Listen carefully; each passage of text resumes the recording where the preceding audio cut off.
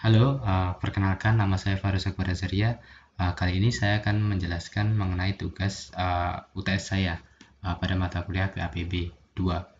Jadi pada UTS ini saya membuat sebuah aplikasi yang memiliki fitur utama yaitu fitur Maps dan fitur sensor. Jadi untuk fitur Maps nanti pengguna bisa memilih marker. Dia jadi bisa menekan marker di aplikasi, kemudian dari lokasi pengguna tersebut akan dikoneksikan ke marker yang dipilih pengguna nanti, dan kemudian akan dihitung jaraknya.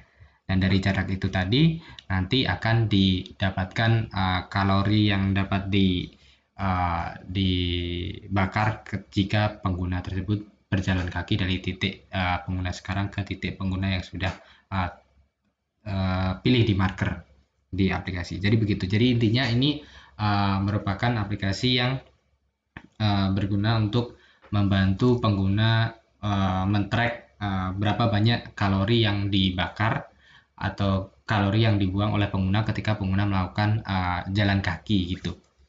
Jadi di sini saya langsung saja. Di sini pada halaman pertama akan ada landing page, halaman seperti ini. Kemudian setelah user menekan call of action-nya, call of action button-nya, kemudian akan masuk ke halaman autentikasi. Ada dua ini, yaitu yang pertama halaman login jika user sudah memiliki akun, kemudian akan masuk ke register jika user tidak memiliki akun. Kemudian setelah itu user akan masuk ke, jika sudah melakukan registrasi atau login, maka user akan masuk ke halaman utama, yaitu halaman di sini. Jadi di sini user bisa mengakses ini, bagian kanan ini, yaitu merupakan history dari perjalanan yang sudah dilakukan user ketika berada di aplikasi, dan user juga bisa melakukan tracking perjalanan. Jadi tracking perjalanan ini digunakan oleh user itu, caranya itu yang pertama itu user akan ketika membuka aplikasi, user akan mendapatkan sebuah marker yang menunjukkan lokasi current lokasi dari user, dari perangkat user. Jadi didapatkan dari GPS. Jadi itu nanti kemudian user akan menekan sebuah lokasi, dan ketika user menekan sebuah lokasi maka akan membuat marker baru, yang kemudian marker baru tersebut akan dikoneksikan rutenya dengan sistem, rute terdekat dengan sistem. Nah, dari rute tersebut nanti kemudian akan tampil nih apa itu namanya, button walk ini. Jadi kalau belum belum ditekan markernya, marker destinationnya, maka tombol walknya akan tidak bisa ditekan. Dan ini burn kalorinya dan data-data yang ada di bawah sini terhitung. Jadi data-data ini terhitung ketika ini user menekan memberikan sebuah marker pada maps. Nah, dari marker tersebut ketika setelah ditekan markernya dan sudah mendapatkan root, kemudian sistem akan mengkalkulasi jarak dari titik user ke titik tujuan user, dan estimasinya kemudian akan mengkalkulasi berapa banyak sih kalori yang dapat dibakar jika user menyelesaikan perjalanan dari titik user ke titik yang di mark user tadi. Nah, itu untuk perhitungannya ini semuanya aproksimasi, jadi mungkin tidak akurat, tapi kira-kira jumlah bilangannya segini. Jadi itu untuk untuk proses cara menggunakan aplikasinya. Jadi nanti jika sudah terkalkulasi semua datanya, kemudian jika user menekan walk maka akan memulai timer dari ketika user menekan walk kemudian sampai user sampai ke destinasinya. Dan nanti ketika user sampai ke destinasinya, nanti button walk ini bisa ditekan lagi, kemudian sistem akan merekalkulasi lagi dari waktu yang dilakukan user untuk jalan dari poin A ke poin B tadi. dari titik user ke tujuannya itu berapa menit sih, dan akan dihitung perkiraannya ini dari waktu tersebut dengan estimasinya, apakah sesuai dengan estimasinya atau tidak. Itu kemudian dari waktu tersebut didapatkan waktu nyata kan, kemudian dari waktu nyata tersebut dihitung ulang kalorinya. Nah, kemudian akan juga dicek apakah kalorinya sesuai dengan estimasinya atau tidak.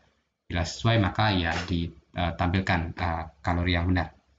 Jika tidak sesuai maka ditampilkan kalori yang terbaru, perhitungan kalori terbaru. Itu kemudian data kalori ini maka akan disimpan di history yang nantinya akan bisa ditampilkan di sini di halaman kanan ini. Dan untuk navigasinya ketika masuk ke sini itu user bisa melakukan gestur dari HP-nya, dari ponselnya. Jadi memanfaatkan sensor nanti bisa merotasi HP ke kanan, menggerakkan HP ke kanan, bukan merotasi, menggerakkan HP ke kanan supaya bisa mengaktifkan sensor, dan jika sudah tergerakkan ke kanan maka bisa masuk ke menu yang kelima ini, menu history ini, dan kemudian untuk kembali lagi bisa digerakkan ke kiri begitu. Dan untuk tadi penulisan marker tadi, penempatan marker itu kan kalau sudah ditempatkan kan mungkin user mau ganti tempat, ganti marker. Nah, itu bisa dilakukan dengan cara mentilt HP-nya, mengarahkan HP-nya ke atas dan atau ke bawah untuk menghapus marker. Jadi rencananya aplikasinya akan seperti itu. Jadi ini kan rencana idenya, dan ini untuk widgetnya, tampilan widgetnya, rencana tampilan widgetnya, dan ini untuk rencana idenya. Kemudian untuk implementasinya, jadi ini implementasinya sebenarnya ketika saya mencoba 2 hari 3 hari ini itu ternyata saya menemukan bahwa cara penghitungan ini cukup rumit. Penghitungan apa itu namanya, jarak rute dari poin A ke poin B, bukan penghitungannya, lebih ke pengimplementasiannya. Jadi ketika saya pelajari itu dia agak rumit dan ada banyak error jujur saja ketika mengembangkan aplikasi ini. Jadi kemungkinan nanti ya ketika dikembangkan itu akan berfokus ke sini. Jadi nanti mungkin tidak register dan login dulu, dan mungkin tidak akan menyimpan history dulu, dan hanya akan mengimplementasikan ini apa itu fitur utamanya yang ada pada halaman utamanya ini. Jadi nanti rencananya seperti itu. Kemudian untuk implementasinya ini saya sudah mengimplementasikan semua yang dibutuhkan dalam aplikasi ini. Hanya saja belum disesuaikan karena fitur utamanya ini saya masih ada error-error ketika mengimplementasi. Jadi ini aplikasinya. Jadi untuk yang pertama adalah fragment. Jadi fragment itu diimplementasikan pada bagian autentikasinya di bagian aus. Jadi ketika masuk pertama kali dia akan masuk ke sini, masuk ke halaman aus, dan nanti akan dicek status aus-nya. Jika status defaultnya adalah login, kemudian jika user menekan, sebentar saya demokan saja. Jika user nanti menekan tombol register, maka dia akan melakukan menampilkan fragmen untuk menyesuaikan data untuk bisa melakukan registrasi begitu. Dan jika menekan login instead pada halaman register, itu akan menonaktifkan fragmen yang sudah diaktifkan sebelumnya. Jadi itu untuk pengimplementasian fragmennya. Di sini ada beberapa metode untuk pengimplementasian fragmennya. Dan ini kemudian setelah setelah melakukan autentikasi maka akan dipanggilkan ini menu authenticate ini. Sebentar, kok tidak nyala ya. Jadi ini authenticate.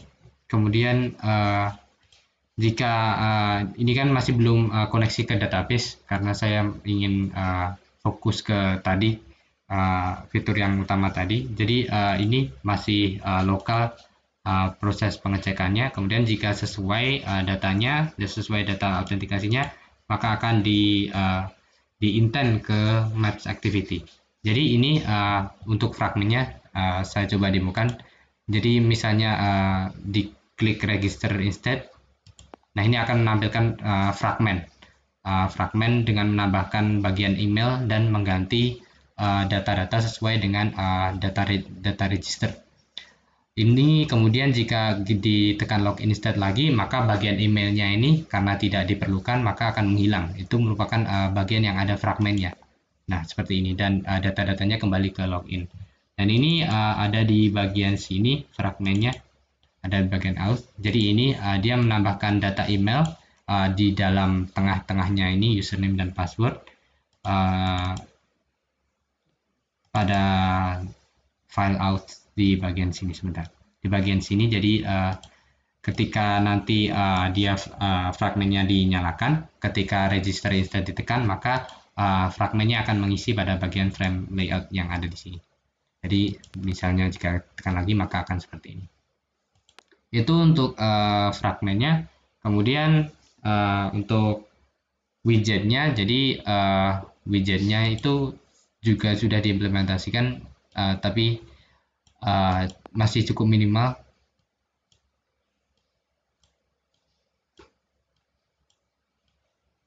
Sebentar, widget.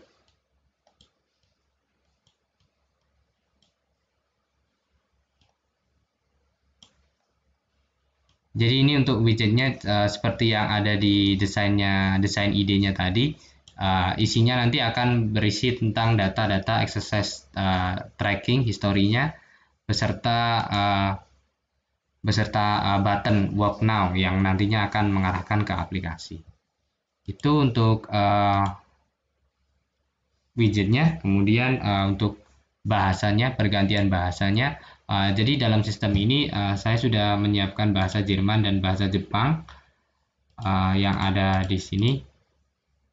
Jika kita lihat di bagian editor sudah saya siapkan bahasa translasinya untuk bahasa Jepang dan bahasa Jerman. Jadi misalnya jika kita ganti bahasa di sistem, maka bahasanya akan terganti sesuai bahasa Jepang atau Jerman, atau jika default maka dia bahasa Inggris. Jika selain bahasa Jerman dan Jepang.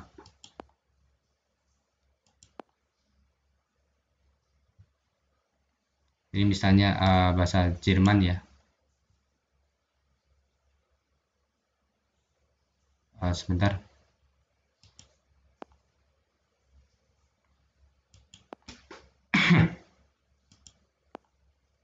Jadi ini untuk bahasa Jerman.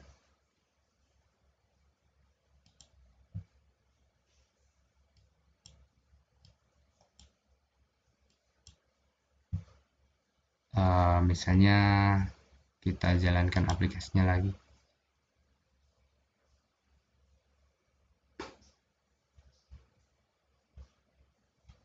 Nanti tampilannya akan berubah sesuai dengan bahasa Jerman. Ini memang anunya tidak terlalu responsif perubahan bahasanya.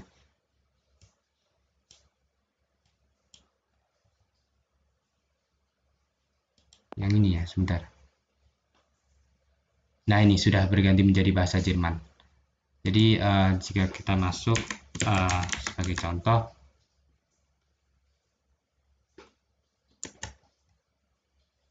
ini sudah bahasa Jerman semuanya. Dan ini jika kita masuk sebagai contoh, sebentar.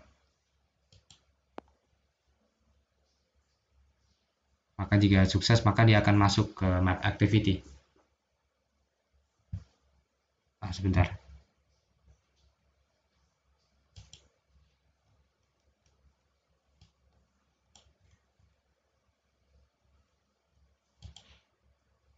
Oh ini bindingnya ya.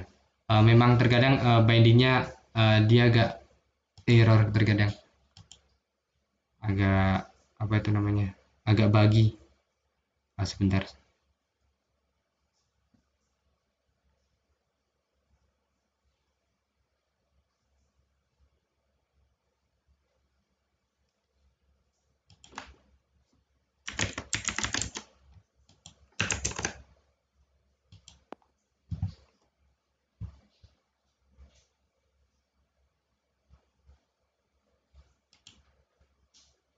Oh ya, ini masih masih mengebak ini.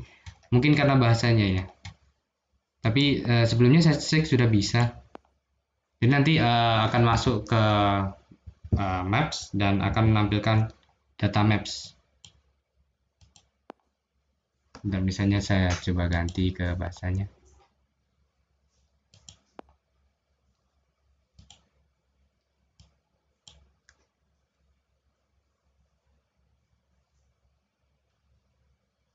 Atau mungkin belum di restart ya, aplikasinya masih ada di background.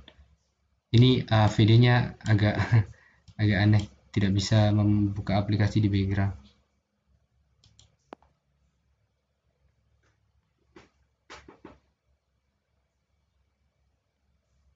Sebentar.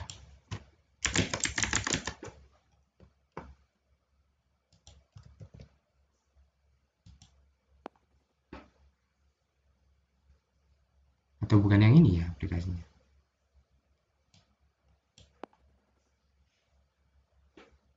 Jadi itu untuk aplikasinya, dia akan mengarah ke Maps. Mungkin ini ada sedikit bug dengan ini bindingnya, atau yang ini ya, sebentar. Jadi itu untuk aplikasi saya Mas Yan. Jadi ini masih saya kembangkan pada tahap satu, kemudian nanti pada tahap 2 setelah bagian yang ini, yang main fitur ini sudah selesai, maka akan langsung saya uh, apa itu namanya, kembangkan pada tahap 2 tampilan-tampilannya. Jadi itu saja untuk hasil presentasi dari saya. Kurang lebihnya mohon maaf. Wassalamualaikum warahmatullahi wabarakatuh. Sampai jumpa.